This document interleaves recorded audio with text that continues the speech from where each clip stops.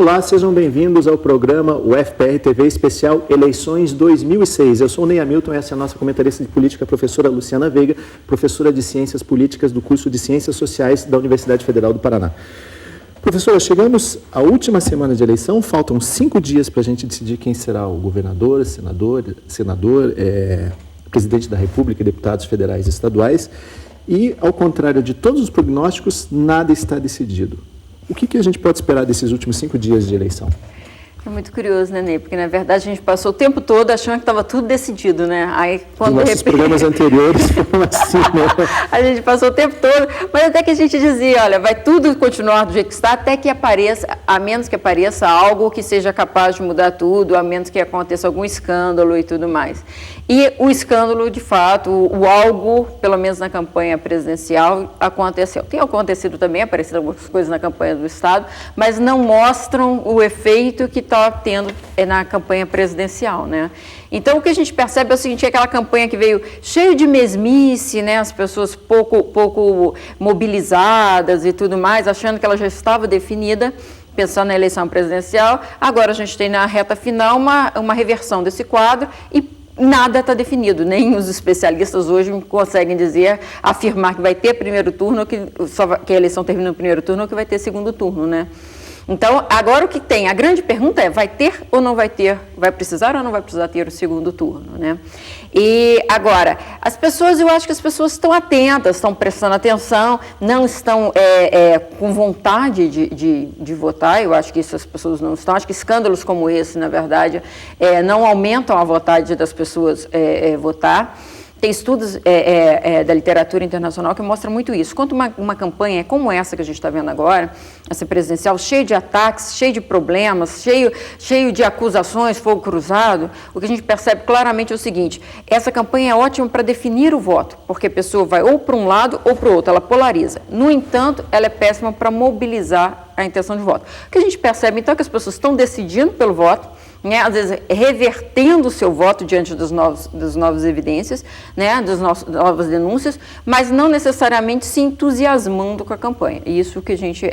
Se tem uma mesmice aí de início ao fim, é a falta de entusiasmo com a campanha. Mas agora a intenção de voto está mudando, que a gente está percebendo aí pelas pesquisas de intenção de voto, né? Não, professora, eu não tenho lembrança histórica de algum presidente que tenha chegado disputando uma eleição, quer dizer, que vinha liderando todas as pesquisas e que tenha chegado na reta final da eleição sob uma pressão tão grande. Existe algum registro histórico?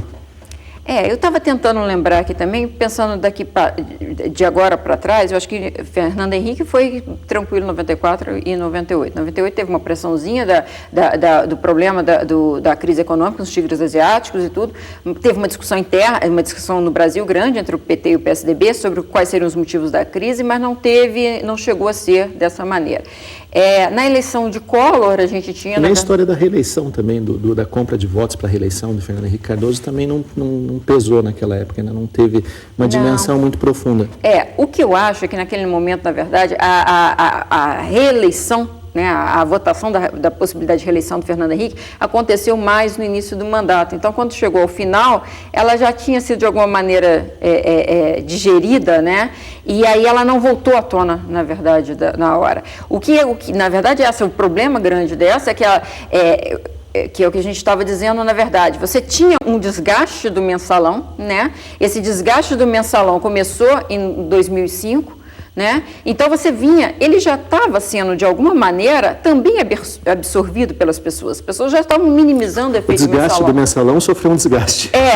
O desgaste se desgastou. Desgaste que anulou outro desgaste, né? E quando veio, então, essa retomada, né, quando veio a questão do dossiê petista contra os tucanos, o que aconteceu foi reacender essa coisa. E mais, que é uma coisa que eu já disse anteriormente, é o seguinte, mais do que acender o escândalo propriamente dito, eu acho que voltou a história da atitude do Lula. Aquele desgaste que havia tido da atitude do presidente naquele momento do eu não sabia e tudo mais, que de fato ficou daquele escândalo todo, porque aí o que aconteceu? Naquele momento houve uma generalização, né? O PT está envolvido, mas todos os partidos estão envolvidos. Então o Congresso inteiro chegou na questão do sanguessuga, que era mais da metade do Congresso, entendeu? Então houve uma generalização. E o que ficou de fato foi o desgaste com a postura do presidente. E o que aconteceu agora foi que, com essa retomada da questão do dossiê, novamente você vê o PT nesse submundo da política, né, envolvido nesse submundo da política, e a postura do presidente, que tem passado desde o eu não sabia, responsabilizando os companheiros, tal como aconteceu do outro momento, e, ao mesmo tempo, agora, com um certo, talvez dado o nível de exposição maior, ele mostra, de repente, alguns destemperos mesmo, alguns momentos que você parece que ele está perdendo, de fato, o controle da situação e tudo mais, que pode ser muito ruim para ele nesse final, pelo menos do primeiro turno, né?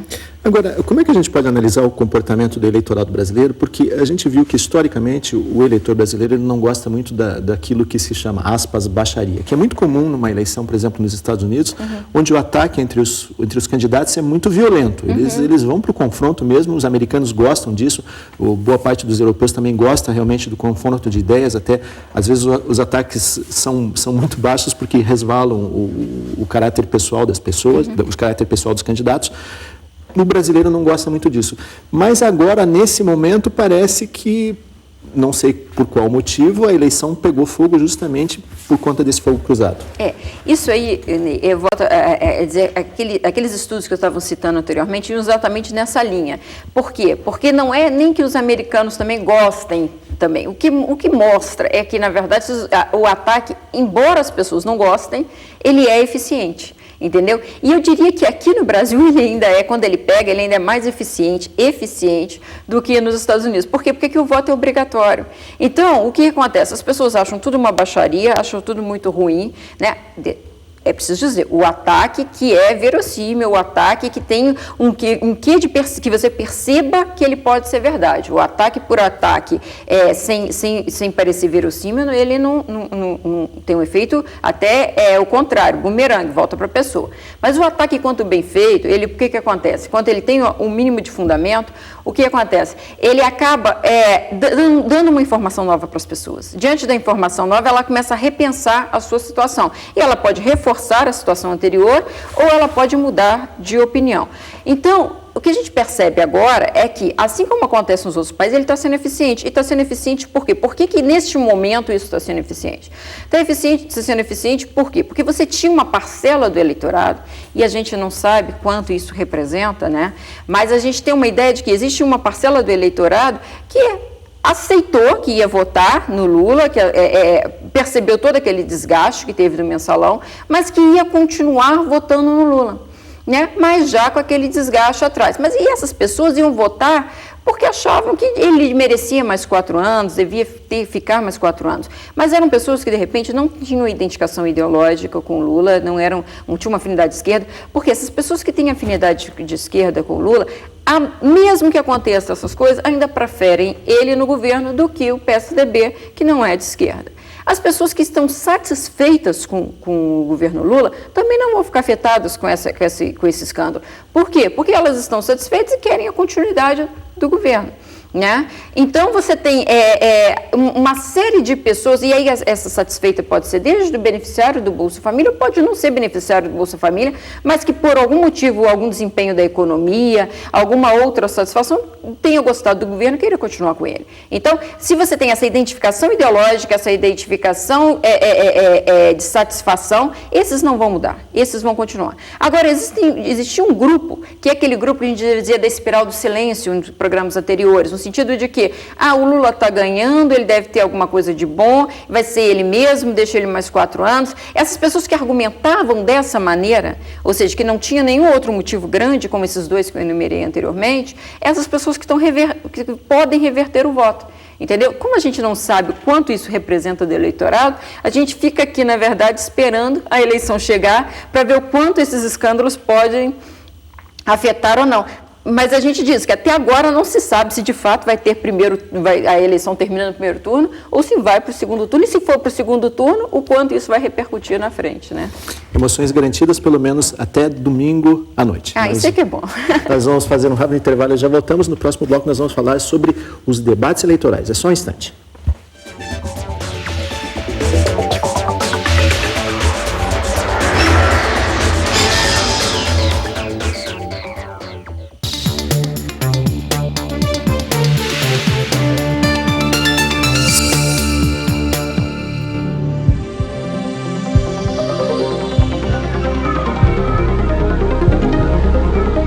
Os alunos da Universidade Federal do Paraná têm direito à assistência à saúde nas seguintes especialidades: clínica médica, ginecologia, pediatria, psiquiatria, enfermagem, assistência social, odontologia e massoterapia. O atendimento é feito em 2 centros de atenção à saúde, mais conhecidos como CASA. Anote os endereços. A Casa 3 fica no Centro Politécnico e a Casa 4 fica no setor de Ciências Agrárias. Nestes locais também são aplicadas vacinas contra hepatite, tétano e gripe. Os filhos de alunos com menos de 13 anos também têm direito à assistência médica gratuita. Todas as consultas devem ser agendadas pelos telefones 3361-3066 e 3350-5776.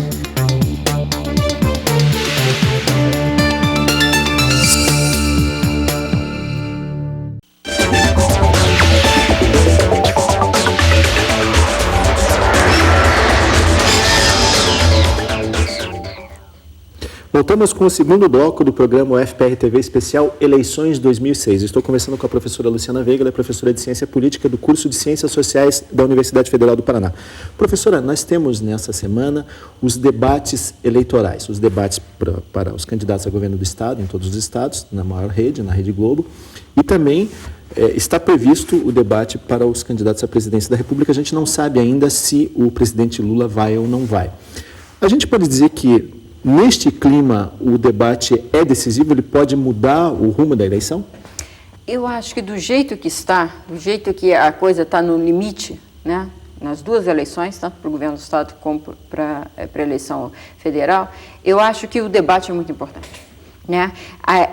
Particularmente porque você tem a questão de estar no limite da intenção de voto, de que ela pode se resolver no primeiro turno ou não, e você tem, na verdade, os dois candidatos que estão no primeiro lugar, que estão disputando a primeira coisa, sendo atacados, sendo questionados, sendo na berlinda, né? Então, eles estão, na verdade, e eles que não, pelo menos o presidente Lula, que tinha uma dúvida grande se compareceria ou não, ainda permanece a dúvida, mas diante dos dados, a possibilidade vem aumentando de ele comparecer, né? E eu acho que ele deveria comparecer, porque eu acho que, primeiro, que causa uma indisposição no eleitor ele não comparecer, fica parecendo que ele não está querendo ir para o debate. E segundo, porque se de fato tiver no limite, ele ir pode fazer com que ele, de alguma maneira, garanta a eleição no primeiro turno.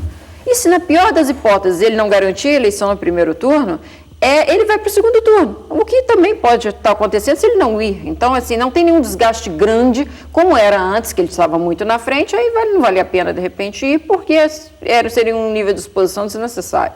Né? Mas agora que as coisas estão se estreitando, de repente, no que se refere ao primeiro turno, talvez valha a pena ele ir. Né? E existe ainda também, isso dada a situação, o contexto, que eu estou dizendo que o debate vai ser importante por isso. A não ser por isso, também o debate, em geral, é importante pelo seguinte: os eleitores gostam do debate. Eles acham que o debate é o local onde os candidatos estão frente a frente, estão sem as suas equipes de marketing, embora a gente saiba que na hora dos intervalos os marqueteiros chegam, conversam e tudo mais. Passam dados. Passam dados. Na campanha do Lula de 2002, N grupos de pesquisa eram feitos enquanto ele estava no debate com Serra, naquele segundo turno, né? Mas, apesar de todas as informações, na hora H ali, na hora da resposta, eles estão sozinhos, né? Então, isso para o eleitor dá uma transparência e uma possibilidade dele identificar o poder de reação, o poder de ação do candidato diante de um desafio, diante de uma pergunta que ele não esperava, ou seja, o poder dele de responder ao improviso, isso é uma coisa, ao inesperado, ou seja, o poder de improviso, isso é uma coisa extremamente importante para o eleitor. Entendeu? Então, eles acham que aquela hora é a hora da realidade, a hora que o candidato de fato vai se expor, ele sem marketing, sem nada. Então, o debate em si é uma coisa muito esperada, tá? E eles ainda dizem o seguinte: também não é como na televisão, porque eles acham que cada televisão tem a sua ideologia e que passam essa ideologia via as matérias. Ali não tem ideologia de televisão, ali não tem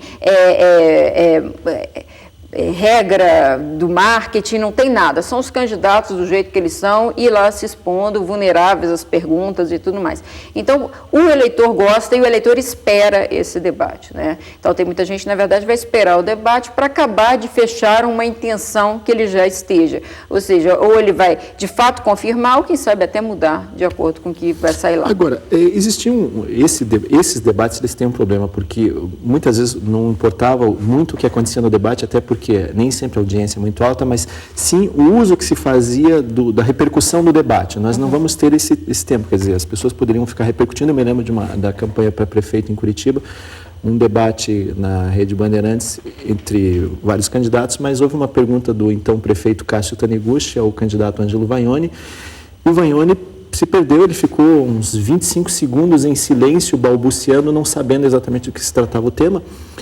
O Vaioni começou o segundo turno com 20 e tantos pontos na frente do Cássio Taniguchi, mas a partir daquele momento o uso que foi feito daquela hesitação do candidato reverteu a eleição pró-Cássio Taniguchi. Ele venceu com uma certa coisa, não foi com uma folga muito grande, mas dadas as circunstâncias foi até uma boa margem. Nós não vamos ter esse espaço para repercutir as falhas dos candidatos. Isso não é uma influência importante?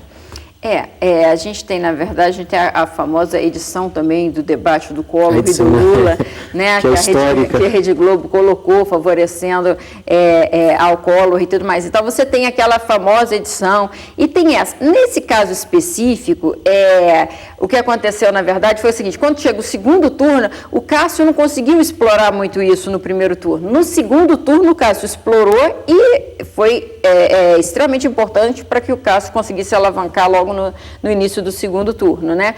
Aqui a gente pode ter essa possibilidade, né? Se na verdade a campanha deixar de encerrar no primeiro turno e ir para o segundo turno, se a campanha terminar no primeiro turno, o debate favoreceu o candidato que estava no limite do ganha e não ganha, né? Se a campanha for para o segundo turno, você pode ter um candidato ou outro, aquele que tenha saído melhor, explorando, assim como o Cássio fez, no início do segundo turno. Até porque a expectativa é que o resultado saia rápido, né? E que saindo rápido o resultado, começa-se a campanha, caso tenha segundo turno, a campanha de maneira mais rápida. Agora, de fato, é um problema que os debates sejam tarde, porque as pessoas vão ficando, tem horário para trabalhar, acordar o dia seguinte para trabalhar e tudo mais, acabam vendo menos e tudo mais. Então, esse, de fato, é um problema, porque se elas tivessem a audiência fosse maior. Agora, quem vê, tem essa coisa, tem um efeito indireto. Quem vê, no dia seguinte, conta para os amigos. Você viu só a vacilada do fulano. Então, assim,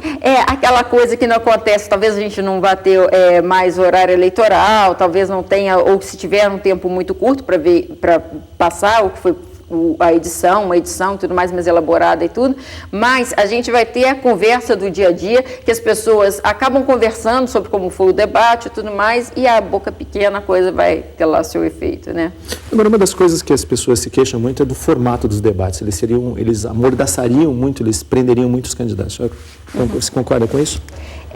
Esse aí foi uma coisa daquele último debate do segundo turno, na campanha Lula e Serra. Aquele formato foi um formato que eu achei fantástico, né?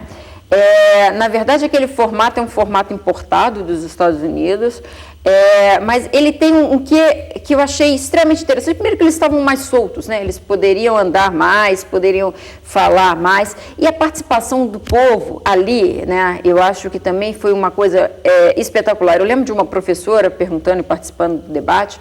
Eu acho que dá vida para o debate, né? Da participação das pessoas, do eleitorado, que em última instância é o que mais importa, né? Porque em última instância eles estão conversando ali, não eles estão conversando entre eles estão conversando com o eleitor, né? Então, existe até uma brincadeira, porque tem alguns políticos que são malandros mesmo, né? Você pode perguntar o que você quiser, ele vai responder o que ele quer. Não adianta você perguntar que ele não responde para você. Essa é uma tática muito conhecida. Eu nunca respondo o que eles querem ouvir, mas sim o que eu quero dizer. O que eu quero dizer, exatamente. Então, mas até que nessas eleições tem acontecido isso, deles responderem o que foi perguntado. Mas o que eu acho interessante é o seguinte: talvez um formato mais solto, que os candidatos tivessem mais liberdade para falar, para andar, e que tivesse a participação do povo, a exemplo do que foi aquele da última eleição, eu acho que é muito mais interessante, porque aqui às vezes a gente fica, primeiro que no primeiro turno tem um número grande de candidatos, né? Então os candidatos ficam trocando informação e às vezes nem sempre tudo que é dito é de fato interessante e tudo mais. né? Muito bem, professora Luciana Veiga, obrigado pela sua presença. Na próxima semana estaremos aqui comentando o resultado desse primeiro turno, ou talvez das eleições como um todo. Agradeço muito a sua audiência. Se você tem críticas, comentários, sugestões, escreva para a gente. O nosso e-mail é ufprtv, tudo junto, @ufpr.br. Muito obrigado e até a próxima edição. Até lá.